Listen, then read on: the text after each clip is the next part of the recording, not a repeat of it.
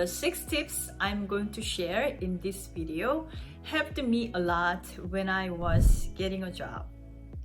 For a non-native English speaker, getting a job in the United States is very difficult, even if you have all of the professional qualifications. This is understandable because you need to be able to communicate with your colleagues, clients, or anyone you meet at your job. Many of us who are foreign job applicants have all the credentials to work for great institutions, but the language barrier remains one of the greatest challenges. It is common for non-native speakers to freeze and mess up during their interviews because they are not confident in their speaking skills. So today I will share with you very useful tips to help you crush your job interview as a non-native speaker. Number 1, practice answers to common questions. Job interviews are pretty standard, and regardless who is interviewing you, there will be some commonly asked questions, such as, why should we hire you? Why do you want this job? What skill set you apart from other applicants, etc. You can write down these kinds of questions and prepare your answers ahead of time. Carefully draft your answers, have someone proofread them, then revise as needed, and practice saying your answers to a friend or in front of a mirror. Doing this will loosen your tongue and help you get used to rolling through the pronunciations. The more you practice these questions and answers, the more prepared you will be to answer without any hesitation. Before my job interview, I put together a document with answers to all the potential questions I could think of, and then got it proofread and practiced it more than 20 times before the actual interview. I practiced both alone and with some of my friends. Number 2, write down commonly used words. Once you have made a list of commonly asked questions, and write down the words you use often and had a hard time pronouncing. These words are often used when you are giving your answers, and there are no other better words to replace them. Some great examples are professionalism, expertise, work environment, etiquette, etc. There are a lot of words that can be replaced with the synonyms, but there are others that are essential in your answers. Even if they are not power words, write them down if they are difficult to pronounce. Once you have them listed, go back to tip number 1 and practice them until the words roll off your tongue more naturally. Number 3, use your native language as an advantage. Applicants who speak another language actually have an upper hand, especially if your native tongue is considered one of the major or popular languages like Mandarin, Spanish, Korean, German, etc. Employers covet this skill and it gives you an edge over other applicants. So use this to your advantage. Make sure to highlight the advantages of hiring someone who knows more than just English. In a globalized market, many companies are expanding their horizons to the rest of the world.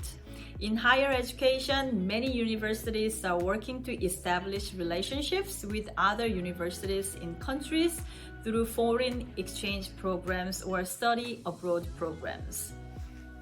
Remember that different languages and cultures often bring a different perspective. Being bilingual or multilingual will help you stand out among other applicants. Tip number 4, use formal language.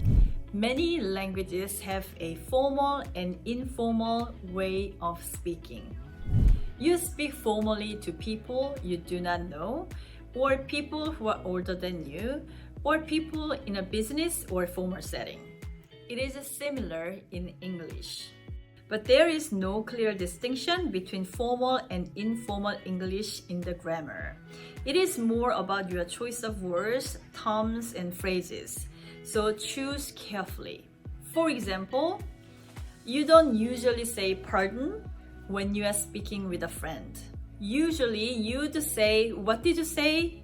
However, that can come across as informal or even rude in an interview setting. During an interview, you must be more mindful of these things. Instead of saying "hey" when you greet them, you say "good morning" or "good afternoon," followed by "it is pleasure to be here." When you want them to repeat their question or what they said, you can simply say "pardon" or "I'm sorry, I didn't hear that clearly. Could you please repeat that?" Be mindful of casual words as well. Say yes instead of yeah, thank you instead of thanks, sure instead of okay. And if the interviewer accidentally interrupts you, signal them to continue with "please go ahead." My pro tip, answer in full sentences as much as possible instead of using 1 or 2 words answers, unless the answer is literally just yes or no. When you speak formally, you should avoid using slang or street terms. Remember, an interview is a sort of business transaction where you are trying to sell yourself. So you want to sound competent and educated. So for example, avoid using terms like 10 grand or 10K. Just say 10,000. Number 5, listen carefully and speak slowly. Interviewers will most likely know English is not your first language. They will be prepared to see applicants who might have more difficulty understanding the questions. It is totally okay to listen carefully and politely ask them to repeat their question, especially if it is a lengthy one. It is also okay to take a moment to analyze the question and organize your thoughts before answering. This actually is more attractive to interviewers as they see that you have the time to think before speak. Don't be afraid to correct yourself while you are answering. Apologize for your mistake and then move on when you have collected your thoughts. You can speak slowly. Of course, not at a snail pace. But you can slow down your speech in order to enunciate better. You might have an accent like me. So slowing down to pronunciate your words carefully makes them easier to understand. Last, number 6, use body language. Even if your English isn't as strong as you'd like to be for your interview, you can still leave a good impression. Be aware of your body language. Smile genuinely and sit up straight. Use hand gestures when you are answering. Maintain eye contact. This body language will demonstrate confidence and professionalism. Don't forget to practice your body language in front of the mirror before your interview. Here are the 6 tips I have shared so far. Number 1, practice answers to common questions. Number 2, write down commonly used words. Number 3, use your native language as an advantage. Number 4, use formal language. Number 5, listen carefully and speak slowly.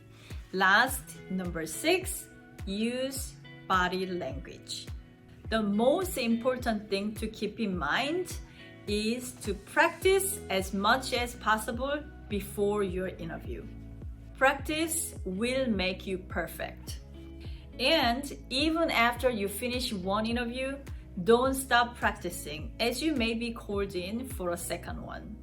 Keep practicing every day, even if it is just for the sake of daily conversation. The more you practice, the more fluent you become. The more fluent you become, the more your confidence in yourself continues to grow. That's it for now. Thank you so much for watching. I hope you enjoyed this video and see you in my next one. Do you have any tips or stories you want to share about your job interview? Please make sure to comment below. Don't forget to like and subscribe if you haven't yet. This really helps the channel so I can continue to make educational videos like this one.